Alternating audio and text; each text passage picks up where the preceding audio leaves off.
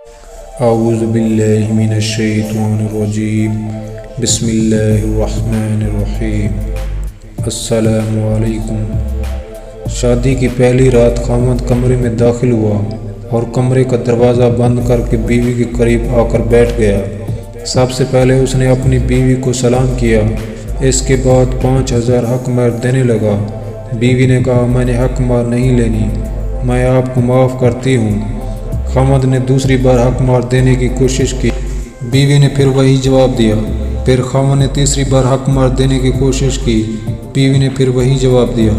خاوند نے وہ پیسے اپنے بٹوے میں رکھ دیے اور چند منٹوں کے لیے سوچوں میں گم ہو گیا۔ اور کتنی توکل والی اور وفا والی بیوی ہے جو پیسوں سے زیادہ مجھے ترجیح دے رہی ہے۔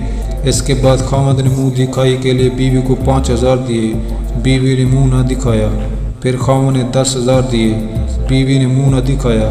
پھر خاوند نے 15000 دیے، بیوی نے منہ نہیں دکھایا۔ پھر خاوند نے 20000 دیے، بیوی نے منہ نہیں دکھایا۔ پھر 25، 30، 40، حتیٰ کہ خاوند نے 50000 دیا، بیوی نے منہ نہیں دکھایا۔ خاوند نے تنگ آ کر پورا بٹوا بیوی کے حوالے کر دیا جس کے اندر 1,00,000 روپے تھے، پھر بھی بیوی نے منہ نہیں دکھایا۔ خاوند نے بیوی سے کہا، آپ کو اور کیا چاہیے؟ بیوی نے کہا، ایک وعدہ۔ خاوند نے کہا، کون سا وعدہ؟ بیوی نے کہا، مجھ سے ایک وعدہ کرو، مجھے کبھی چھوڑو گے تو نہیں؟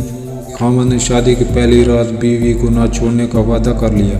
یہ لڑکی کوئی عام لڑکی نہیں تھی، بلکہ اس نے MA اردو کر رکھا تھا اور اس کے والدین نے داماد سے ضمانت کے طور پر 5 لاکھ یا 10 لاکھ بھی نہیں لکھوایا تھا۔ ایسی عورتیں نصیب والے مردوں کو ملتی ہیں جو صرف خاوند سے پیار کرتی ہیں، ان کی نظروں میں پیسے کی کوئی اہمیت نہیں ہوتی۔